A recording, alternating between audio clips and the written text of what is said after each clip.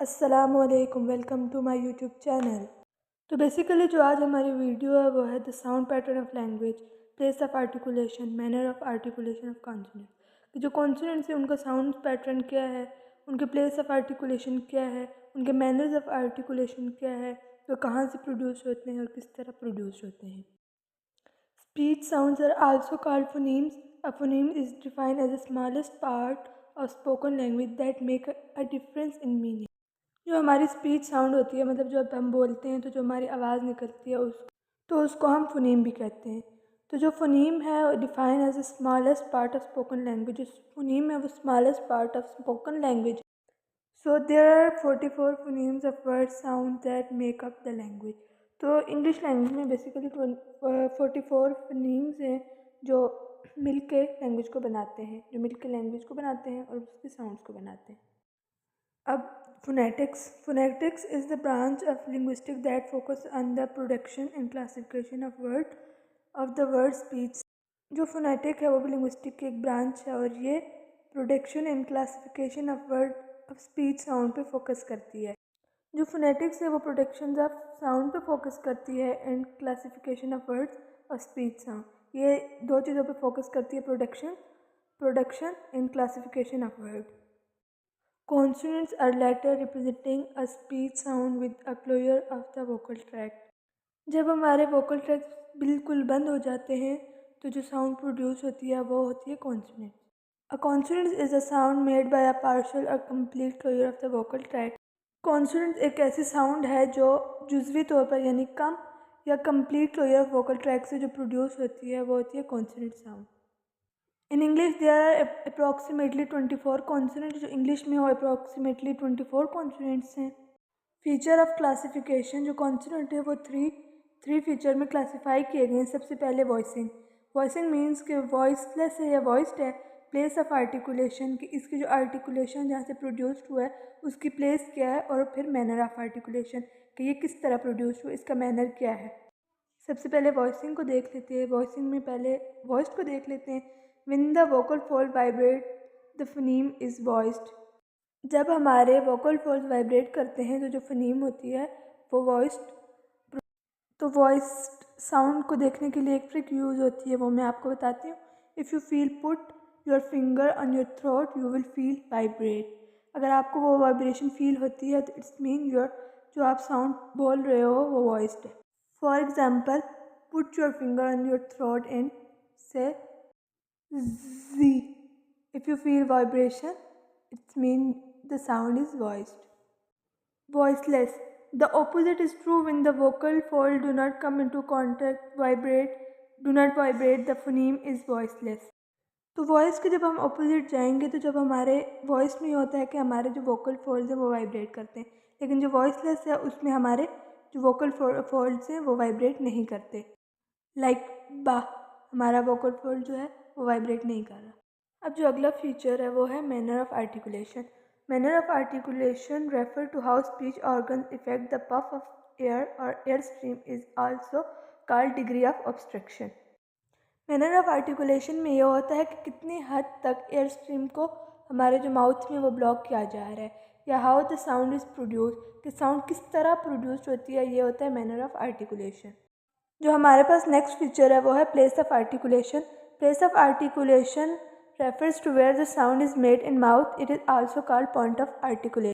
Place of articulation में यह होता है कि जो हमारी साउंड है वो हमारे माउथ से किस जगह पे प्रोड्यूस होती है, किस जगह से प्रोड्यूस हो रही है।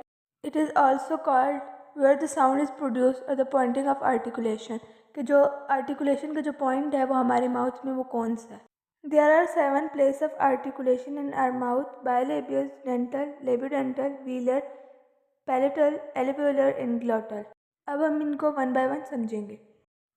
Bilabials. Bi means two. Bi का मतलब होता है दो and labials mean lips. When the two lips come closer, the bilabial sounds are produced.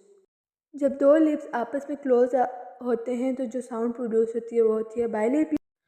When the upper and the lower lip will touch and the sound will be produced is known as bilabial. For example, m, m, pa, pop. These two sounds are bilabials. When our upper and lower lip is touched and the sound is produced ma. अब जो हमारे पास जो next place है वो है labiodental. Labio mean bottom of lip and the dental mean upper teeth.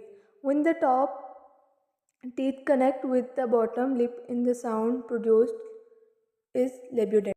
जब हमारा नीचे वाला लिप ऊपर वाले टीथ को टच करेगा तो जो साउंड प्रोड्यूस होगी वो होगी लेबियोडेंटल. फॉर एग्जांपल फिट, फा, for example V and wine.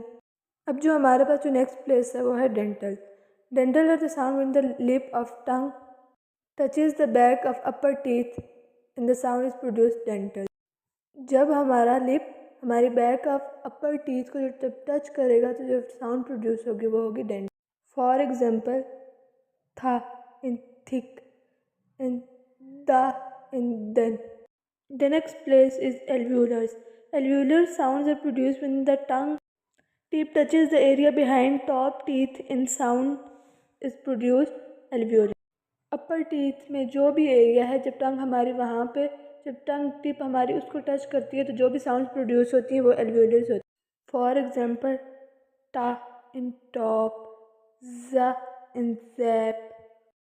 The next place we have is palatal. Palatal sound produced when the tongue blade, the part right behind the tip or hard palate. जुबान की body यानी middle part जब आपके hard palate को touch करता है तो प्लेटल की साउंड प्रोड्यूस होती है. यानी हार्ड पैलेट जो है वो हमारे जो एल्वियोलर रिज के बाद जो भी एरिया है वो हार्ड पैलेट में आता है. फॉर एग्जांपल जा इन gym, sha in shop. The next place we have is velar. Velar sounds produced when the tongue body middle part of tongue touches the back of mouth roof or soft palate is known as velar. और the tongue touches soft palate is called velar. जब हमारी टंग जो है वो soft palate को touch करती है तो जो साउंड प्रोड्यूस होती है वो वेलर होती है. फॉर एग्जांपल गा इन गैप, ना इन सिंग. The last place we have is glottal. Glottal sound produced without articulators but produced by air passing from the windpipe from the vocal cord. Glottal यानी word से ज़ाहिर हो रहा है कि जो साउंड हमारे गले से आती है वो ग्लोटल साउंड होती है. ग्लोटल्स के साउंड प्रोड्यूस करने में स्पीच ऑर्गन्स का कोई रोल नहीं होता. वोकल कॉर्ड के मुंह की तरफ जो एयर स्ट्रीम आती है वो बगैर किसी ऑब्स्ट्रक्शन या ब्लॉकेज की जो साउंड प्रोड्यूस होती है वो ग्लोटल साउंड होती है. These were the 7 places of articulation. So the next feature we have is manner of articulation.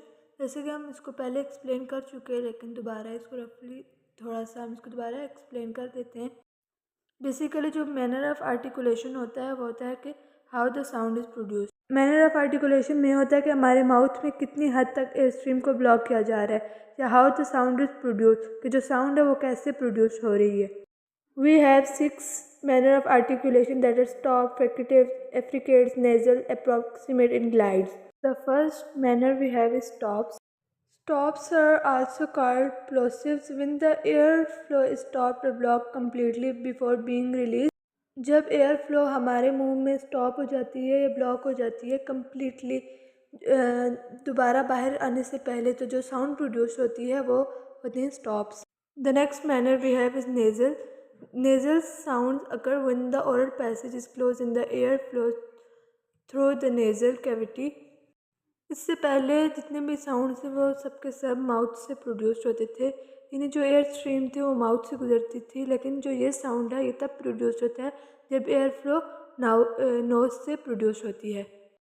Some examples of nasals we have ना, मा, ना. The next manner we have is fricative. Fricative air is restricted by a narrow passage formed by various parts of the mouth and tongue but it is not completely stopped. Fricative में जो air stream होती है वो completely block नहीं होती बल्कि air stream narrow release होती है.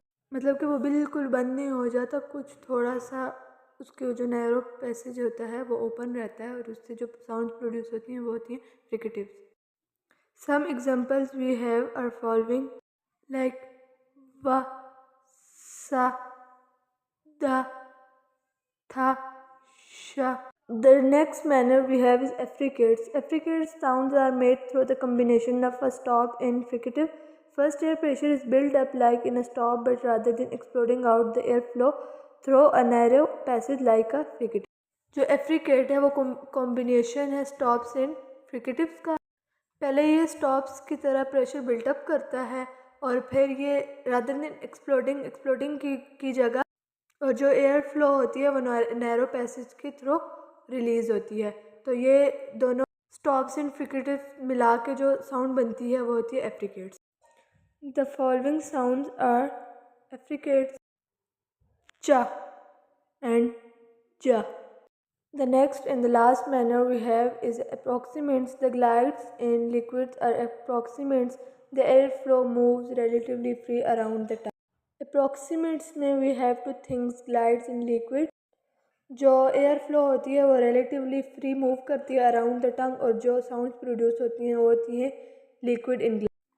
Some examples we have of liquids in glide like liquid, la in ra, like glide, va in ja. This was all about voicing, place of articulation and manner of articulation. Thanks for watching and hope you enjoyed the video, and Allah Hafiz.